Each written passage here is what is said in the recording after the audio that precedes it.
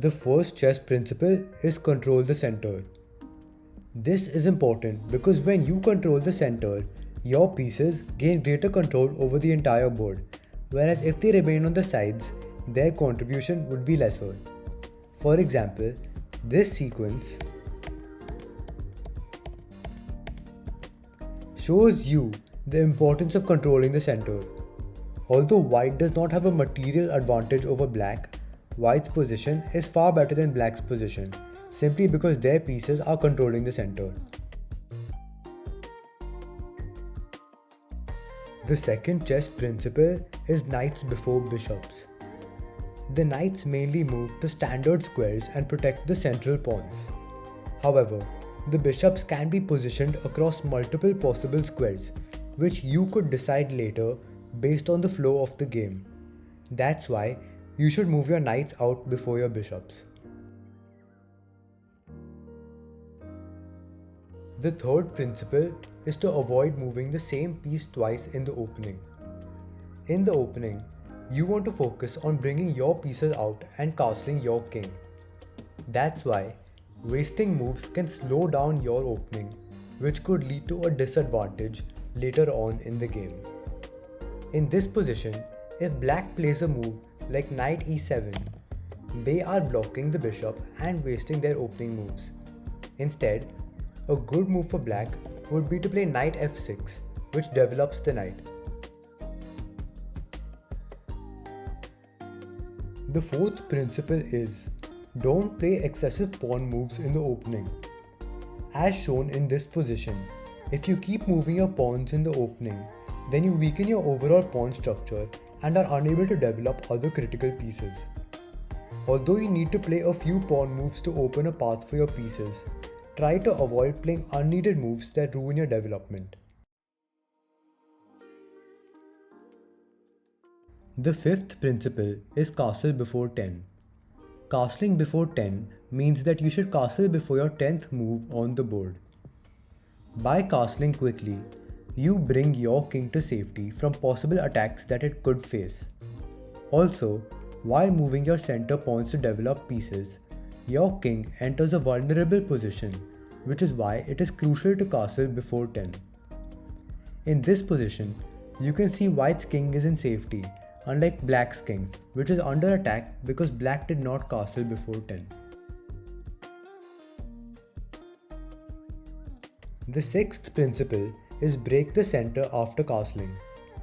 After castling and activating your pieces, it is a good idea to break the center because now that your king is safe, you can begin creating space for your pieces to move around. Controlling the center is important in the opening, but as you transition into the middle game, breaking the center presents tactical opportunities for you to gain material. A good sign for you to know when to break the center is after most of your pieces are developed and your king is castled. The seventh principle is connect the rooks. Connecting your rooks is important because it allows the rooks to work together to control different parts of the board and attack the opponent's pieces. The eighth principle is to place the rooks on open files. An open file is a file without any pawns.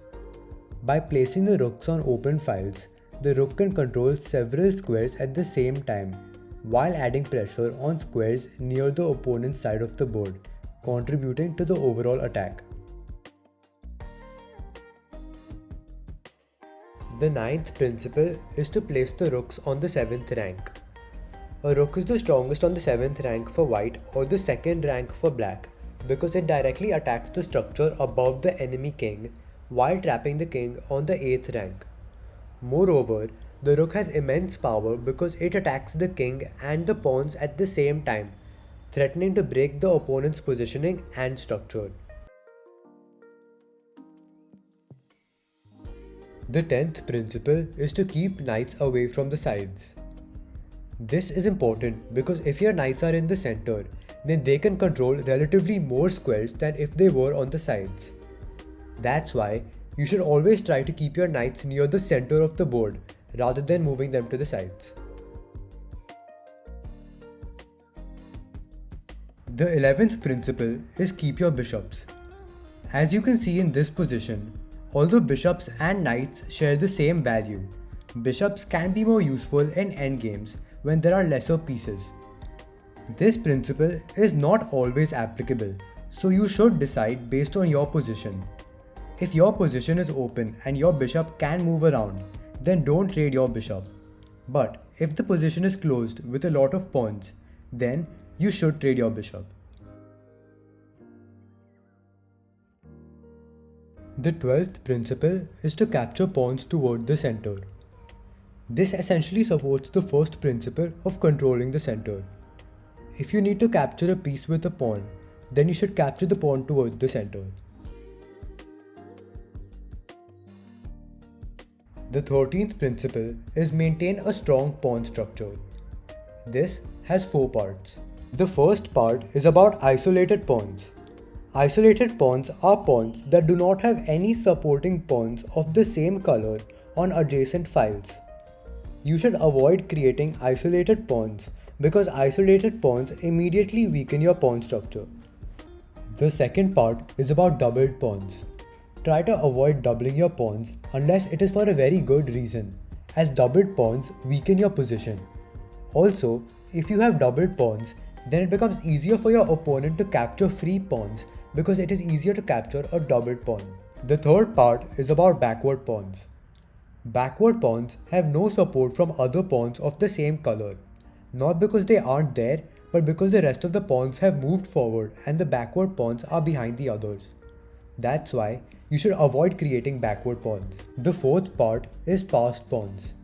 As you approach the endgame and while you play the endgame, it is a huge advantage to have passed pawns.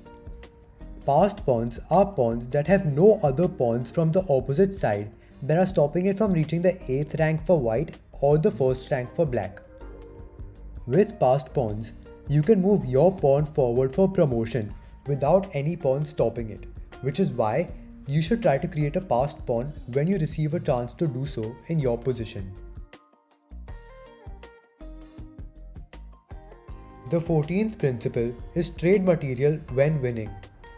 If you have a 5-point advantage and your opponent is 5 points below you, you already know that you have more than your opponent. So if you begin simplifying, then by the end of it, your control will be more than your opponent's control due to your advantage. The 15th principle is to keep your bishop and pawns on opposite colors. This principle is majorly applicable for endgames because if your pawns and bishop are on opposite colors, then your pawns aren't blocking your bishop's path to freely move around the board.